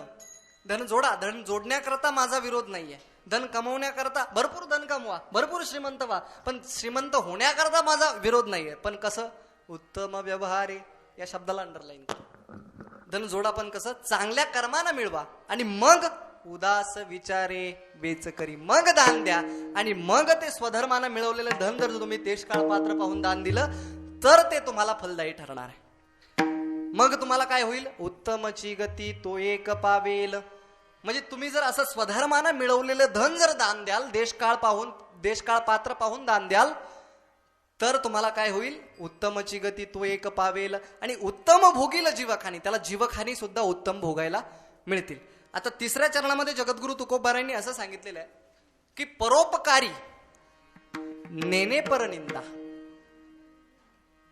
परोपकारी परनिंदा नेने म्हणजे परोपकार करावा पण निंदा मात्र नेणे. आता बघा, सर्व संस्कृतींमध्ये श्रेष्ठ संस्कृती जर कोणती असेल तर ती आपली हिंदू धर्म संस्कृती आहे. जगामध्ये सर्वात श्रेष्ठ संस्कृती जर कोणती असेल तर ती आपली हिंदू धर्म संस्कृती आहे. उपकार्यावर उपकार करा पण अपकार्यावरही उपकार करायला शिकवणारी आपली हिंदू धर्म संस्कृती आहे. जरा लक्षपूर्वक ऐका. एक दृष्टांत सांगतो. एकदा भारतीय सैनिकाची गोळी चिनी सैनिकाला लागली आणि चिनी सैनिक धारातीर्थी पडला. अगदी शेवटचे श्वास मोजत होता आणि शेवटचे श्वास मोजता मोजता काय झालं? भारतीय सैनिकाच्या मनामध्ये असा एक विचार आला की अगदी 2-3 मिनिटांमध्ये हा आपला प्राण सोडणार आहे, म्हणून आपण काय करू, 2-3 घोट पाणी याच्या शेवटच्या तोंडामध्ये टाकून देऊ. आपल्याकडे एक म्हण आहे, मरणदारी आणि तोरणदारी वैर विसरावं. आणि म्हणून त्या म्हणीप्रमाणे भारतीय सैनिकानं त्या चिनी सैनिकाच्या तोंडात पाणी ओतण्याकरता खाली वाकला. परंतु त्या भाई भाई म्हणणाऱ्या एसान फरोमोस चिनी सैनिकानं वाकलेल्या भारतीय सैनिकाच्या पोटात सुरा खोपसवला. याला काय म्हणतात? अपकार्यावर उपकार करणं म्हणतात. आणि या भारतीय संस्कृतीचा परिणाम इथल्या माणसांवरच नाही, जनावरांवर सुद्धा झालेला आहे. कितीही मोठं कुत्र असू द्या वाघासारखं, आणि त्याचा मालक रात्री 2 वाजता आला तरी मालकावर भुकतं का? ते नाही भुकत. मग टाकलेल्या भाकरीचं जाण जर कुत्रं ठेवत असेल, टाकलेल्या भाकरीची जाण कुत्रं ठेवतं, म्हणजे हिंदू धर्म संस्कृतीचा परिणाम त्या कुत्र्यावर सुद्धा झालेला आहे. म्हणून सांगितलेलं आहे की तुम्ही, तुकाराम महाराजांनी सांगितलं, तुम्ही जास्त जरी तुम्हाला परोपकार करता आला नाही, तुम्हाला इतरांना दूध जरी देता आलं नाही तरी ताक द्या. दूध देता आलं नाही तर का द्या? ताक द्या. म्हणजे जास्त जरी करता आला नाही, थोडा तरी परोपकार जीवनामध्ये असू द्या. तुका म्हणे फार थोडा तरी परोपकार, म्हणजे परोपकारी असावं. तेच तुकाराम महाराज आजच्या अभंगात काय म्हणतात? परोपकारी पण परनिंदा नेने, म्हणजे दुसऱ्याची निंदा करायची नाहीये. अनेकांचे काणी अनेकांचे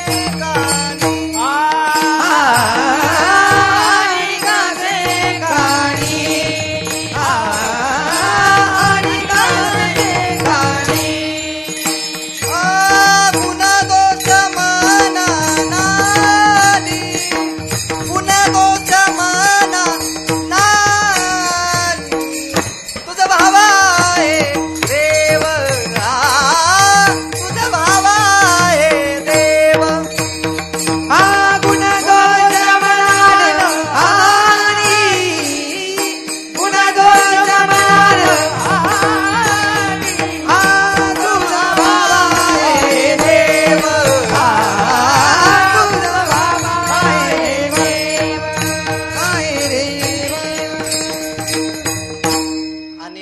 कानी गुणदोष मनान आणि तुझं व्हावा आहे देव तरी हा सुलभ होऊ पाव. तुकाराम महाराजांनी काय सांगितलं? परनिंदा नेणे म्हणजे इतरांचे गुण अथवा दोष तुमच्या मनामध्ये आणायचे नाही. का आणायचे नाही? तुम्ही म्हणाल दोष आणायचे नाही इथपर्यंत ठीक आहे, गुण तरी का आणायचे नाही? कारण एका म्हणता भले तुझे सहजी निंदिले, म्हणजे एकाला जर चांगलं म्हणलं तर दुसऱ्याची निंदा ठरते. मी म्हटलं वैभव महाराज चांगले गातात, पवन महाराजांना राग येईल. ते म्हटलं मी एवढं जीव तोडू साथ करतोय तुम्हाला, तुम्ही खुशाल म्हणता ते चांगले गातात. आणि पवन महाराजांना म्हटलं तुम्ही चांगले गातात तर वैभव महाराज माझ्यावर रुसून बसतील. त्यामुळे कोणाचेही गुण अथवा दोष मनामध्ये आणायचे नाही. एक दृष्टांत दृष्टांत सांगतो म्हणजे तुम्हाला लवकर कळेल. एक ब्राह्मण बुवा होते आणि ब्राह्मण बुवा होते, एका म्हातारीनं त्यांना गाडग्यामध्ये ताक दिलं. काय दिलं? काय दिलं आदित्य महाराज? ताक दिलं. आणि ताक दिल्यानंतर काय झालं, ते ब्राह्मण बुवा रस्त्याने ताक घेऊन चालले होते आदित्य महाराज. आणि ताक घेऊन जाता जाता दैवयोगानं काय झालं, त्याच मार्गाने आकाश मार्गाने एक घार तिच्या पायामध्ये विषारी सर्प घेऊन चालली होती. काय चालली होती? विषारी सर्प घेऊन चालली होती. आणि दुर्दैवानं त्या सापाच्या तोंडामधून विष पडलं, बरोबर ते ताकाच्या गाडग्यामध्ये पडलं. आता गाडग्यामध्ये विष पडल्यानंतर ब्राह्मण बुवांना वरून विष पडलं, त्यामुळे ब्राह्मण बुवांना त्याची अजिबात कल्पना नव्हती. आणि कल्पना नसल्यामुळं ब्राह्मण बुवा तशीच घरी गेले. ब्राह्मणीन बाईकडे ते मडकं दिलं आणि मडकं दिल्यानंतर ब्राह्मणीन बाईनं ते ताक बनवल्यानंतर सर्व कुटुंबाने मिळून ते ताक पिलं आणि सर्व ब्राह्मण कुटुंब मरण पावलं. किती मोठं पाप आहे हो, एवढं मोठं पाप आहे, पण लिहायचं कुणाच्या नावावर? अपराधी कोण आहे? सिरियल आहे ना, अपराधी कोण आहे? अपराधी कोण आहे? कारण म्हातारीनं गाडग्यामध्ये ताक दिलं, म्हणजे ब्राह्मण बुवाला ताक दिल्यानंतर म्हातारीनं पुण्य केलं, पाप केलं? संभव पाप केलं का? नाही, पुण्य केलं. कारण दान द्यावं हाच अभंगाचा विषय आजचा. म्हणजे म्हातारीनं त्या ब्राह्मण बुवाला ताक दिलं म्हणजे पुण्य केलं, बरोबर आहे की नाही? आणि पुण्य केलं. ब्राह्मण बुवाला माहित नव्हतं त्या गाडग्यामध्ये ताक विष पडलेलं आहे, म्हणून ब्राह्मण बुवाला दोषी धरता येणार नाही. ब्राह्मणीन बाईनं जे ताक बनवलं तिला सुद्धा माहित नव्हतं त्याच्यात विष आहे, तिला दोषी धरता येणार नाही. घरात बिचारी आपलं खाद्य घेऊन चालली होती, तिला दोषी धरता येणार नाही. आणि साप जो होता तो पारतंत्रात होता, त्याला सुद्धा दोषी धरता येणार नाही. मग एवढं मोठं पाप लिहायचं कोणाच्या नावावर? ब्राह्मण कुटुंब सगळं मरण पावलेलं आहे, एवढं मोठं पाप आहे आणि लिहायचं कोणाच्या नावावर? असा जर प्रश्न चित्रगुप्ताला पडला असता, त्यानं तो प्रश्न यमराजांसमोर मांडला. यमराजांना सुद्धा प्रश्न पडला, हे पाप लिहायचं कोणाच्या नावावर? एवढं मोठं पाप आहे पण याच्यात दोषी कोणीच आढळत नाही, लिहायचं कोणाच्या नावावर? यमराजांनी एक युक्ती केली. त्यांचे दूत काही त्या गावामध्ये चौकशी करता पाठवले आणि चौकशी करता खाली दूत आल्यानंतर त्या गावातले जे कुत्रे होते ना, ते कुत्र्यांनी इवळायला सुरुवात केली. संकेत महाराज, ते कुत्रे इतके इवळायला लागले. तुम्हाला माहिती आहे का, यमदूत आल्यानंतर कुत्रे इवळतात, विवळतात. चेष्टेचा भाग नाही, यमदूत आल्यानंतर विवळतात कुत्रे. पण कोणते कुत्रे? जे कधीच विवळत नाही. ते विवळल्यावर समजायचं यमदूत आले. ती इवळल्यावर काय समजायचं? यमदूत आले. जे कायमच इवळत आहेत ते इवळल्यानंतर दुर्लक्ष करायचं. जे कधीच इवळत नाही ते इवळल्यावर समजायचं यमदूत आले. बरं, यमदूत त्या गावामध्ये गेले. गावामध्ये गेल्यानंतर त्यांनी रात्रभर चौकशी केली. रात्रभर चौकशी केल्यानंतर त्यांच्या असं लक्षात आलं की म्हणजे कुणीच त्यांना दोषी सापडलं नाही. आणि दोषी कुणीच सापडलं नाही. ते थकले आणि सकाळची वेळ झालेली होती. सकाळची वेळ झाली, तहान लागली म्हणून नदीवर पाणी पिण्याकरता गेले. तिथं 5-25 बाया धुणं धुवत होत्या आणि धुणं धुता धुता त्यांच्यामध्ये चर्चा चाललेली होती. का ग, ते बामणाचं घर कुणी मारलं असेल ग, लईच वाईट झालं ग. दुसरी म्हणे, अगं ती म्हातारी लई टिकलीची आहे, डंगरी झाली तरी खोड मोडा ना तिची. काय सांगावं आता, डंगरी झाली तरी खोड मोडा ना. अशी त्यांच्यामध्ये काय चालू होती? चर्चा चालू होती. चर्चा ती यमदूतांनी ऐकली आणि यमदूतांनी विचार केला, पहिले या 25 बाया उचला. कारण विनाकारण याची त्याची निंदा करतात. विनाकारण याची त्याची निंदा करणारा त्या पापाचा वाटेदार असतो, असा आपल्या यमराज महाराजांचा आदेश आहे. तुम्ही एक काम करा, पहिले या 7-8 जणी उचला. आता काय तोंडाकडे उचलल्या ते 7-8, म्हणजे काही दोष नसताना विनाकारण बडबड केली. त्याच्यामुळे काय झालं, ते पाप स्वतःच्या अंगावरती आलं. म्हणून इतरांचे गुण अथवा दोष मनामध्ये अजिबात आणायचे नाही. तेच तुकाराम महाराज काय म्हणतात, परोपकारी पण परनिंदा नाही. ग्रहस्थ आश्रमांना जीवन जर कृतार्थ करून घ्यायचं असेल तर परोपकार करा, पण परनिंदा करू नका. त्याच्या पुढे सांगतात, परश्रिया सदा बहिणी माया. आपली पत्नी सोडून इतर ज्या काही स्त्रिया आहेत त्यांना एकतर बहीण म्हणून बघा आणि एकतर माय म्हणून बघा. एकतर बहीण म्हणून बघा आणि एकतर माय म्हणून बघा. परश्रिया सदा बहिणी माया. आता त्याच्या पुढे जगद्गुरु तुकोबराय सांगतात, भूतदया गायी पशूंचे पालन. म्हणजे ज्या गायी आहेत, जे मुके जनावर आहेत, त्यांचं पालन करा, त्यांच्यावर दया करा. आता दयेबद्दल फार बोलता येईल, परंतु आपला वेळ या ठिकाणी संपत आलेला आहे. भूतमात्रांवर दया करा, प्राण्यांवर दया करा. जर तुम्हाला तुमचं जीवन कृतार्थ करायचं असेल तर भूतदया गाई पशूंचे पालन तान्हिल्या जीवन वना माझी. म्हणजे एखाद्या वनामध्ये जर एखाद्याला तहान लागलेली असेल, भयंकर वन आहे आणि त्या वनामध्ये एवढ्या उन्हामध्ये त्याला जर तहान लागलेली असेल तर त्याला पाणी द्या, तुमचं जीवन कृतार्थ होणार आहे. तान्हिल्या जीवन वना माझी शांती रूपे नव्हे कोणाचा वाईट. म्हणजे मनामध्ये कोणाच्या विषयी कट ठेवू नका, खोट ठेवू नका. तेच तुमचं जीवन कृतार्थ करणार आहे, तेच तुमच्या वाटेचं तप ठरणार आहे. शांती रूपे नव्हे कोणाचा वाईट वाढवी महत्व वडिलांचे. ते आपल्या वडिलांचं महत्व वाढवतं. आता आपले वडील, आपले पूर्वज, त्यांचं महत्व ते वाढवतं. वाढवी महत्व वडिलांचे. आणि त्याच्यानंतर शेवटच्या चरणामध्ये सांगतात, ह्या सर्व कर्मांचं, मी ज्या सांगितलेल्या मार्गांचा तुम्ही जर अवलंब केला तर तुम्हाला याच आश्रमामध्ये फळ भेटणार आहे. शेवटच्या चरणामध्ये तुका म्हणे आश्रमाचे फळ, तुका म्हणे आश्रमाचे फळ, तुका म्हणे आश्रमाचे फळ,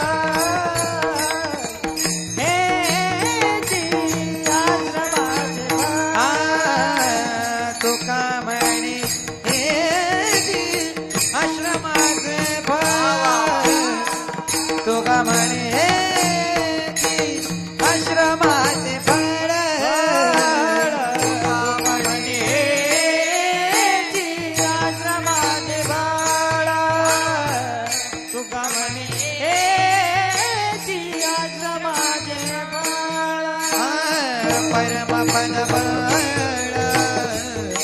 वैराग्या, परमपद फळ वैराग्याचे उत्तमची गती तो एक भाविना, उत्तमची गती तो एक भाविना, परमपद फळ वैराग्याचे, परमपद फळ वैराग्याचे उत्तमची गती तो एक भाविना, उत्तमची गती तो एक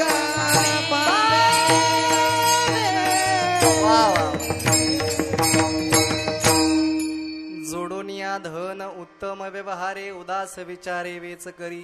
उत्तमची गती तो एक पावेल उत्तम भोगील जीवखाणी परोपकारिणी परनिंदा परस्त्रिया सदा बहिणी माया भूतदया गाई पशूंचे पालन. तान्हिल्या जीवन वना माझी शांती रूपे नव्हे कोणाचा वाईट वाढवी महत्व वडिलांचे. तुका म्हणेची आश्रमाचे फळ परमपद बळ वैराग्याचे उत्तमची गती तो एक पावेल उत्तम भोगील जीवखानी. तुम्ही जर गृहस्थ आश्रमामध्ये असाल तरी धन जोडण्याकरता माझा विरोध नाही. तुकोबाराय सांगतायत धन जोडण्याकरता विरोध नाही, पण कसं मिळवा? उत्तम व्यवहारानं मिळवा. आणि ते दान द्या. कसं द्या? देश पाहून द्या, काळ पाहून द्या, पात्र पाहून द्या, नुपकारी बुद्धीनं द्या, असं जगद्गुरु तुकोबाराय सांगतात. थोडक्यामध्ये या अभंगामध्ये जगद्गुरु तुकोबारायांनी काय सांगितलेलं आहे? गृहस्थ आश्रम्यांना त्यांच्या कर्तव्यांबद्दल मार्गदर्शन तुकोबारायांनी अभंगातून केलेलं आहे. यथामती यथावकाश या अभंगावर जेवढं माझ्या बुद्धीला सुचलं तेवढं बोलण्याचा प्रयत्न केला. जे चुकलं असेल ते माझ्या बुद्धीचे दोष आहेत, जो बरोबर असेल ते माझ्या गुरुवारांचा कृपाप्रसाद आहेत, साधू संतांचा कृपाप्रसाद आहेत. नक्की तुम्हाला जीवनाच्या शोधोरी, जीवनाच्या वाटेवर नक्की काम येईल. आणि नक्की घेऊन जा. जे जे चांगलं आहे तिथे घेऊन जा, जे जे वाईट आहे तिथे मला परत करा. नक्कीच या ठिकाणी बोलण्याचा मी अल्पबुद्धीनं प्रयत्न केला.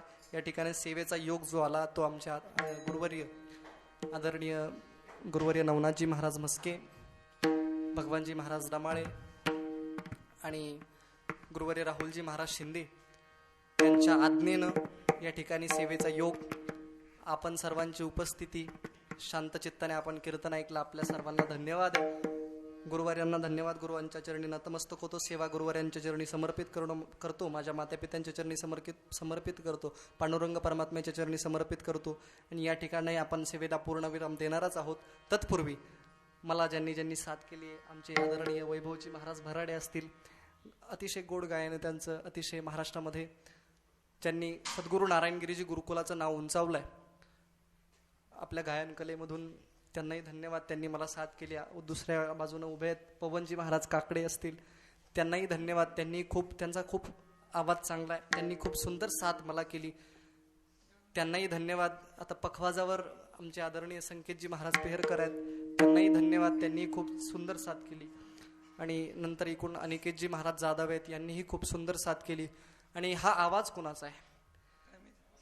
ज्यांनी खऱ्या अर्थानं माझा आवाज तुमच्यापर्यंत पोहोचवला, माझ्या मुखापासून तुमच्या कानापर्यंत खऱ्या अर्थानं माझा आवाज ज्यांनी पोहोचवला, ते आपले आदरणीय गुरुकुलावर ज्यांचं नितांत प्रेम आहे, आदरणीय सोमाभाऊ, निष्काम सेवा जे करतायत आमचे आदरणीय सोमाभाऊ, त्यांनाही धन्यवाद.